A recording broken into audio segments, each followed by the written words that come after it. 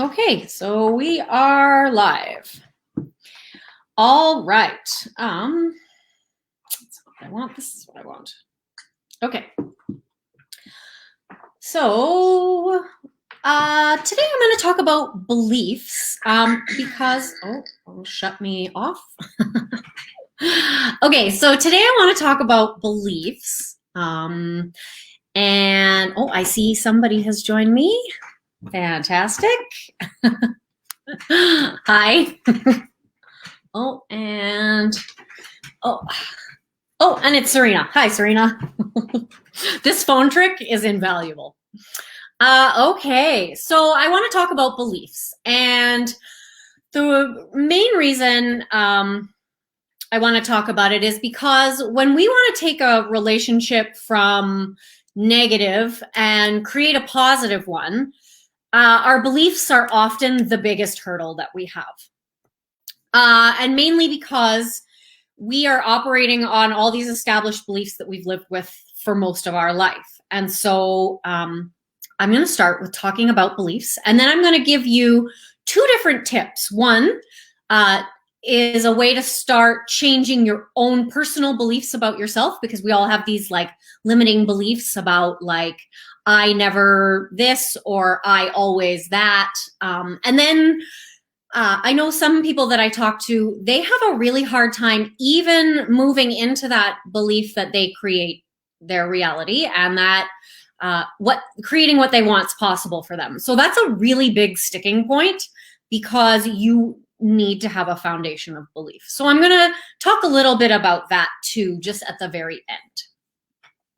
Okay, so beliefs. I've talked about beliefs before, but I'm going to do a little summary. And so basically our beliefs, we all have like a story that we tell ourselves. Because we're just kind of made up of stories. Things happen to us, we give them meanings, and then we emotionally anchor into these meanings, and they create a belief. And so they sort of create this sense of certainty through our life. They create sort of like an anchor point to, this is who I am, this is what's possible for me. And so they will come up like, ooh, don't do that because, or don't go there because, and so this kind of keeps us stuck in like this frame of who we are and what's possible for us and what we get out of life. And really what's actually happening is that, as I said, we're just really emotionally attaching ourselves to people, events, circumstances, and we effectively build the foundations of our belief systems from this. Hi, Tracy. I see you've joined. And so these are, in essence, basically your beliefs are commands to your nervous system. And this is why I always talk about really focusing on the emotional aspect, because if you really want to make a change to your belief system, you don't want to just do it from your headspace, because your nervous system is essentially getting all this information, and so it's triggering. And whether these are really subtle, like low level triggers, or whether they are whether they're something that really can just set you right off, right? I'm sure you've all had that experience where something happens and you can feel, oh, hi, Angie. Thanks for coming. So you can feel that it might start maybe in your throat, or for me, it will usually maybe start in my stomach, depending on what it's about. And then I can feel it and it's rising up like a volcano. So that's because whatever that belief is, that has triggered your nervous system. And I've talked about this before. So you go into fight or flight. And so we want to begin to not just change the thoughts, because most of our beliefs don't exist in our conscious mind. And so this is why I don't say don't do affirmations, but there are ways to do them to make them more effective. And when you incorporate belief work with body work, you're going to get so much farther ahead, because they are basically operating together. And so as I said, we use these beliefs to kind of anchor who we are, and it creates this understanding of the world around us. And it kind of gives us this sense of certainty, because human beings have a need for certainty. And that's why we can go into a really like emotionally and mentally negative space when things become uncertain. It's just part of our survival instinct. And so this will actually cause us to hang on to beliefs that are really irrelevant or that don't serve you in the present moment, because they give your body and your subconscious mind that sense of certainty, right? So going back to, ooh, don't do that. That would be dangerous. You might get rejected or whatever. And because we are always moving towards pain or away from pain and towards pleasure, we will basically push away from anything that is potentially dangerous, dangerous. And so yeah, basically that is what your beliefs, that is the role they play. And so your beliefs are these like stories that you tell yourself, because as I said before, we're just this bunch of stories. So who we are and the experiences we have, this must mean this about me. And so then we extrapolate that to say, oh, well, because this means this is what's going to happen to me in this situation. Or this means this person, this. And so these will often keep us constrained, because everything you want is honestly on the other side of certainty.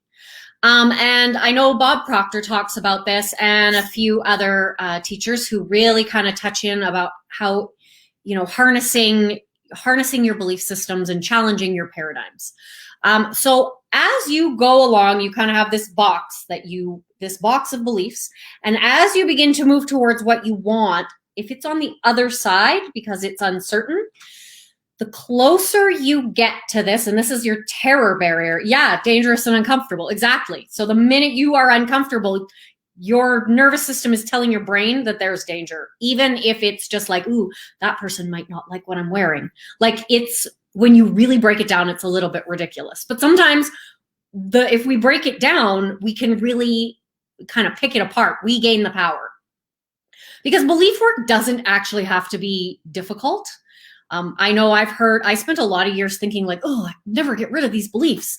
But it's because the subconscious mind is a little tricky. But, if you go in through the body, that's like the back door. So you can really bypass I guess, this gatekeeper, right? So if you want to, as you get closer to this, and like the thing that stands between you and what you want, because that's out of the realm of certainty, this is your terror barrier. So as you get closer and closer, you will find more and more of your stories come up. I can't do this. You're going to notice your nervous system is triggered more often. And this is where you're going to come to that sense of doubt, that sense of insecurity, thinking, is this even possible for me? And then you're going to start, if you aren't, it's all those hidden beliefs. They kind of come up. And the closer you get to something and the bigger it is, the more and the deeper the stories will come for you. And they will not only express out in your physical world, if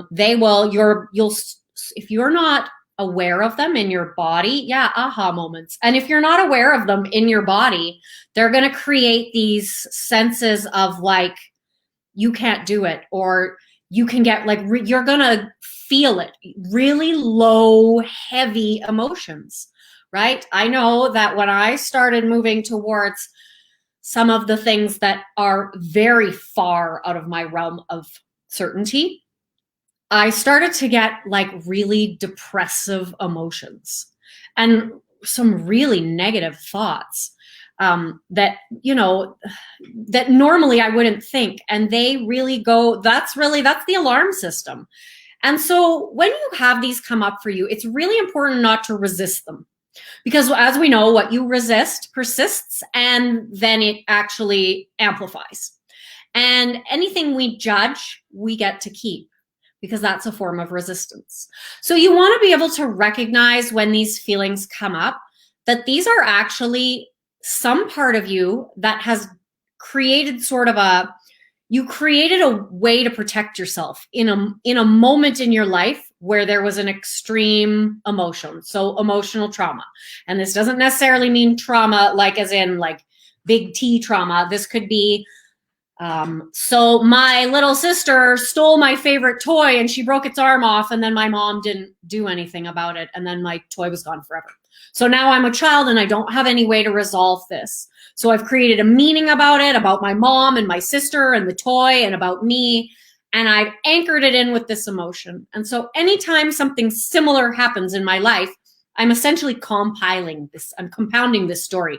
I'm reconfirming it with my reticular activating system. Like, see, nobody cares about you. Everybody's allowed to break your stuff, or whatever the story becomes.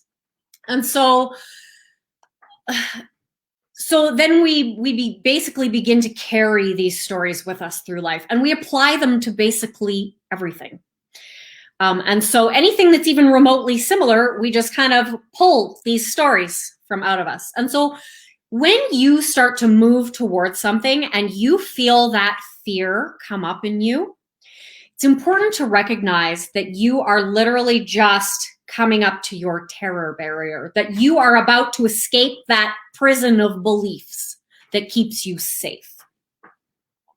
And so often what I see is that this is where people get completely sidelined, right? Because they don't recognize these beliefs, and they don't necessarily recognize that that belief was put in place at some point in their life as a way to keep them from ever experiencing that again. And so you want to definitely take more of an awareness and acceptance when this comes up. Like, ooh, what is this for me? I wonder what other times that I feel this way. What meaning does this mean for me? And you can start to really go digging, because if you hold on to these beliefs, I mean, your mind itself takes in, like, I don't know, I think it's like 4 billion bits of information every second, and your conscious mind filters into your awareness like 2 million. So that's a pretty big difference. And your reticular activating system is going to go through the files of all your beliefs that kind of create the story of who you are, and it's going to take one off the shelf, and it's going to say, ooh, this fits. And so it's going to only filter in the information from that 4 billion or trillion bits or whatever it is, and it's going to only filter the ones that fit that. So of that information, there could be all these other things or opportunities or meanings, but you're actually not even aware of them because your mind has got this box that you fit in. And so unless you take control of your mind, because that reticular activating system is totally that little kid in class that's always like, oh, me, has to know everything and will correct the teacher. Like, it has to be right. So it will, in essence, if you're not aware of it, it will sort of do its job to continue to prove all those beliefs. And so this is where I'm going to come to how some steps. And if you have a piece of paper, that's perfect. And if you don't, maybe come back to this so you can write these down. So the first step you want to do is when you want to start changing your beliefs about yourself, is that the very first step is you have to actually accept that you literally write the story of your life. Because if you don't accept that, or you question that, the minute you do, you essentially give away your power to change that, because whatever we believe for ourselves is true. So that has to be the first one. And so some people can kind of struggle with this. And so I'm going to give you a little tip at the very end of this video about that, because that's kind of where you can start to really expand your beliefs into the more fantastic, right? And this is kind of how you can also address that doubt that can creep up. So once you've accepted that you write your stories, that essentially everything you believe about yourself is a story that was created most likely in childhood, and you have continued to repeat it and just apply it to different situations throughout your whole life. So once you recognize that, you basically kind of can start to notice the stories, like, oh, there it is. And the more emotional control you have, the more likely you're going to be able to actually see these stories objectively. Because if they've already taken you down emotionally and like you literally are gagged with a bag over your head and in the trunk, then you're going to potentially move over into your old belief of, oh, well, my reality happens to me. I am just sort of the victim of my reality. But that's not the case, not at all. And so this is, again, takes me back to what I talk about all the time about kind of getting that emotional aspect really kind of into your, wheelhouse of of tricks, because that's really important to recognizing when your nervous system is literally about to hijack your brain with adrenaline. So step 2, this is once you have recognized that your beliefs about yourself and about what people think of you and how they treat you, you are in control of that. So now you want to start to notice the story. Notice your internal dialogue. Where does that really start to deviate away from actual reality and fact? Because, in order for something to be a fact, it has to be true 100% of the time for 100% of the people. And there's another 100%, and I can't think of what it is. 100% of the time for 100% of the people. I'll come back to that or I'll post it below after I think about it. But there are it has to fit 3 criteria in order for it to be a fact. Otherwise, it's just a belief based on an experience or an opinion. So now, once you notice that the dialogue that's happening in your head, you're going to want to start noticing where it deviates away from reality. And this happens basically by noticing sentences like I always, he or she constantly, I'm never. These extremes and absolutes are 100% where your mind has taken an experience and then put it into the box of your beliefs. Because by moving into an extreme, you now close off all alternate possibilities. You now make it, this is too hard for me, I can't do this, rather than being able to shift over into that space of there's absolutely no reason that this can't happen for me, right? Because I can't do this never happens for me, he or she always or never eliminates completely that statement that there's absolutely no reason that I can't do this or that this can't happen for me. And so that's kind of the next really important step, is to notice those absolute words, because that is essentially where your story has basically taken a deviation from what's actually real. And you're now kind of writing your own story, and it often has like a doom and gloom, everybody will hate you, or they're all going to laugh at you, or you're going to die alone in a box, or whatever that is, right? And it always really ends up in this like really horrendous story for us. So now once you notice this internal dialogue and it is, right?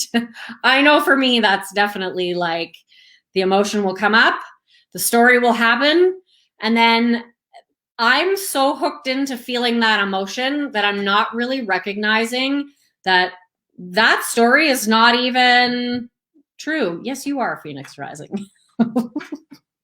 You got to burn it all down to create something new. So what happens is we begin to default to these thoughts whenever we face a challenge or hardship. So that's another clue. When something seems like a challenge or a hardship, that's when you really want to be hyper vigilant to notice these extreme statements. And so from there, and this is sort of where you are going to want to take a moment, get yourself through that moment, but then take some time afterwards to reflect. Look back at your childhood and find experiences that were either similar or that really included these absolutes, right? I'm never supported, no one ever, blah, blah, blah, because this childhood experience, this is the root of that belief. And so now, once you have that, you want to be able to sort of take some time and look through all the experiences that you had following, because this is where your circumstances have presented you an opportunity to perpetuate this like dark and twisty story. And so you want to begin to basically kind of notice it and make these connections, because without that, really, those stories continue to perpetuate, and it kind of leaves you just in that same pattern over and over. Okay, so then after this, right, once you've recognized like the absolute statements, either in that moment or going back later, you want to ask yourself, is that story really true? Like, really? Because your mind is going to say like, yes, and then it's going to provide you with a lot of evidence about why it's true, because the mind likes evidence. And that's why if you're going to do affirmations, make sure you include evidence as to why they're true, because the mind is more accepting to things you provide evidence for. And this is why it can be hard for people to take on certain beliefs, because their mind is like, nope, no evidence. But it's kind of like a catch-22, because if you don't believe it, then it's not true for you and you won't be able to fight it, right? So anyway, so you want to ask yourself, is this story really true? Or is it just my perception in this moment? Am I perpetuating a defeating story? And so then you want to really not beat yourself up, right? So I can't stress this enough. Don't judge these thoughts or like, oh, there I go again, or I'm never going to get this, because these all essentially just are all not really supportive of what you want to do or where you want to get to or your self-esteem. But what we judge or what we reject and resist, we get to keep it, and it usually expands. So once you accept it, once you recognize it's trying to keep you safe, now you want to basically commit to yourself to leave this story behind. And this is the most important part. And this is why belief work can be passive-ish. I mean, I'm not knocking belief work. I've done it before, and I mean in terms like energy work. But you have to follow it up with action, because if you just passively want someone to just take it away from you, that doesn't really happen, because your reticular activating system is still set to continue proving that old stuff. And it's just a way that the physical part of your mind works. And so when you notice that old story come up again, the best way to make sure either your energy work sticks, or your affirmations stick, is when that comes up, recognize it's the old story, remind yourself why it's not true, and then just let it go. That's not me. And so, sorry, I've got a hair that is tickling my face. And so these are kind of the main steps. And really, belief work, it doesn't have to be difficult. It doesn't even really have to be long if you commit to it. I like 2-3 months of committing to that, or less even, if you're really committed. The thing is, our beliefs can be tricky, and if we're not noticing the sensations in our body, that's usually when the beliefs are staying, because they are anchored in emotionally. Okay, and so, hey, I'm gonna be mostly on time today. Yeah, exactly. That's not mine anymore. And that really brings me back to creating your reality, because when you create your reality, you cannot create a reality as the same person you are. You can't create a different one, because your reality is in direct correlation to the person you are. This is your thoughts, your beliefs, your emotions. Like, you're a whole human being. You're not just a brain in a jar. So you really have to honor that.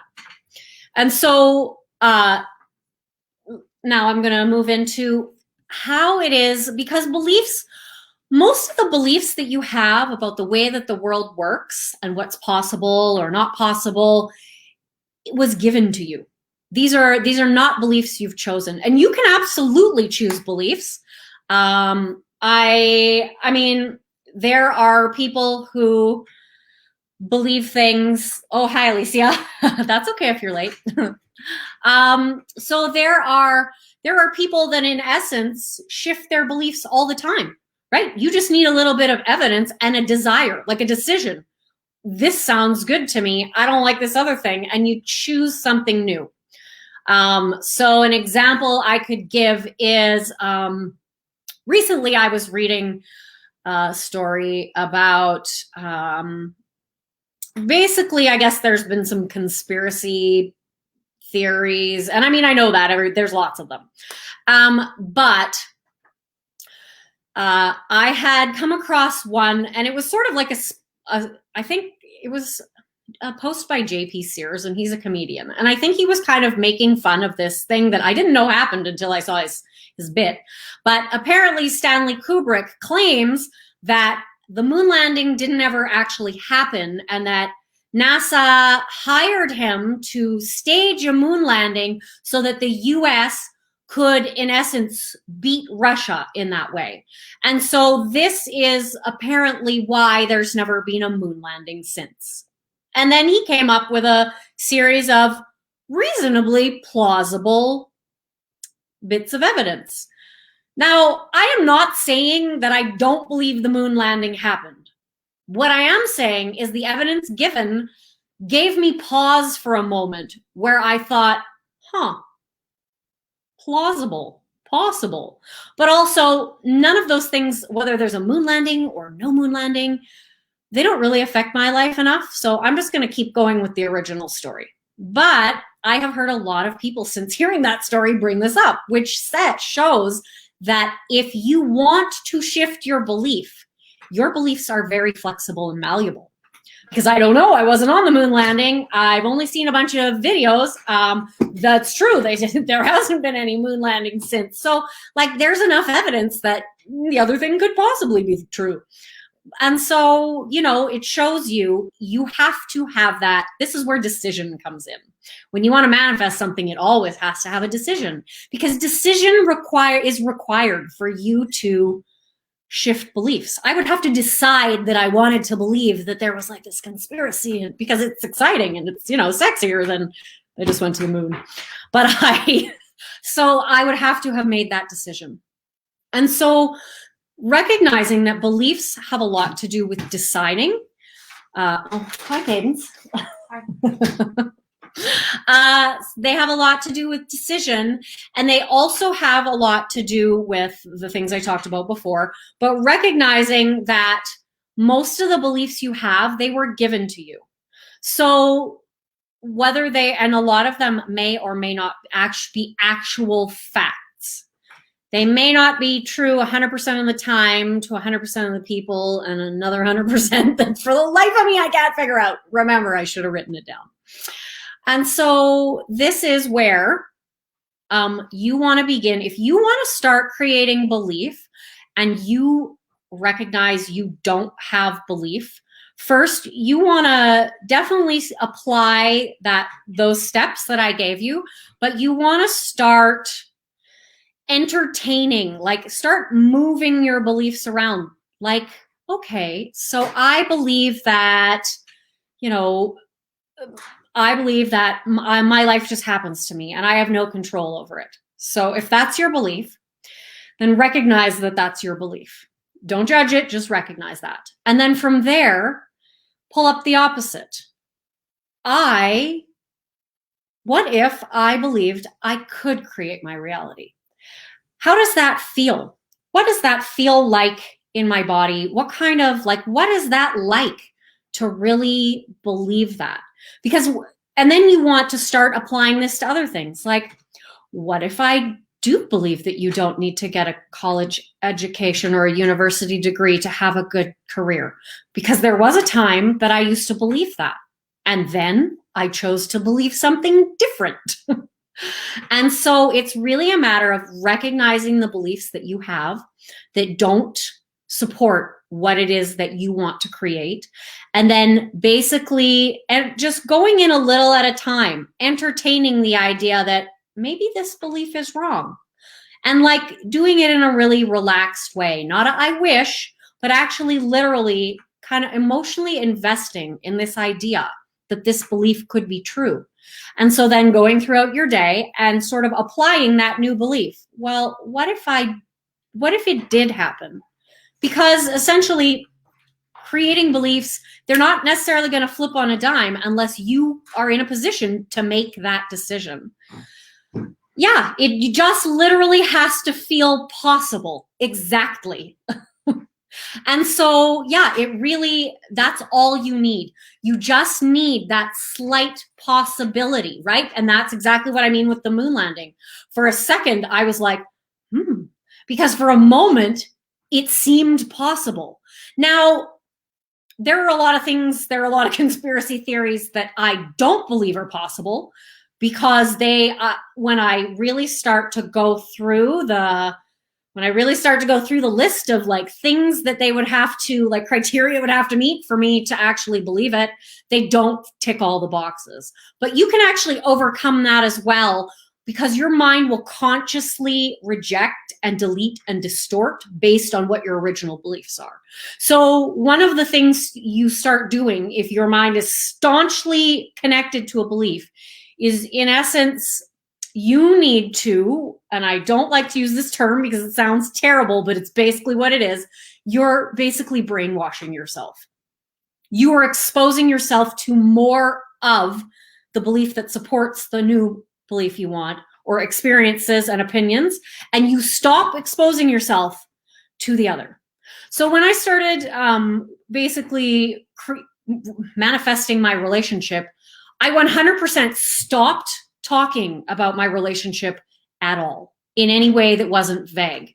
So people would say, "Oh, how are you doing?" And I would say, "I'm really great." And they'd say, "Oh, how's it going with you and Morley?" And I would say, "Everything's good. We're good. Everything's working out just fine." And I would leave it at that. I would never extend it. I would never offer extra information. I would literally just, this is it. This is all I'm giving you. Because mental diet is not only, right? Mental diet is a big part of belief. And it's not just what you say to yourself. It's recognizing that there is stuff coming in your head. And this is why, in North Korea, apparently one of the leaders wrote himself into the Bibles. And they believe it that's how he keeps people really constrained and trapped, is because he knows, and Hitler knew, and anybody that knows about mind control knows that what you allow in affects what people say. So if you want to change your beliefs, stop putting yourself in positions to question the new belief, because it's a baby. It's like taking a flower and watering it with like a fire hose. It's not, you could take a tree and water it with a fire hose and it would probably make it. You could take a seedling or a sapling, water it with a fire hose. It's not going to make it. So your new belief is like that. It's got to grow. You've got to nurture it. So you cannot fire hose it with the old thing and expect to get any results. So, okay, that is my talk on beliefs. And how, if you are having a hard time believing something, you just need to find that one. You need to recognize all your old stories, because they're definitely making you stick to your belief system and the stories about yourself. But then the next thing you need to do is just really entertain that it's possible, because the mind is really malleable. And anybody who knows people, there's a whole section of like marketing psychology around this. Just even the way you present words cause the brain to really ebb and flow. And the fact that you have been changing your beliefs your entire life. So why not take control of it and do it yourself? Because otherwise it's really just been coming from the outside world. So I'm actually pretty close to on time today. And if you have any questions, I would love to hear them. And otherwise, I'm going to let you have a wonderful Thursday evening. And there's a lag, so I'll wait a minute.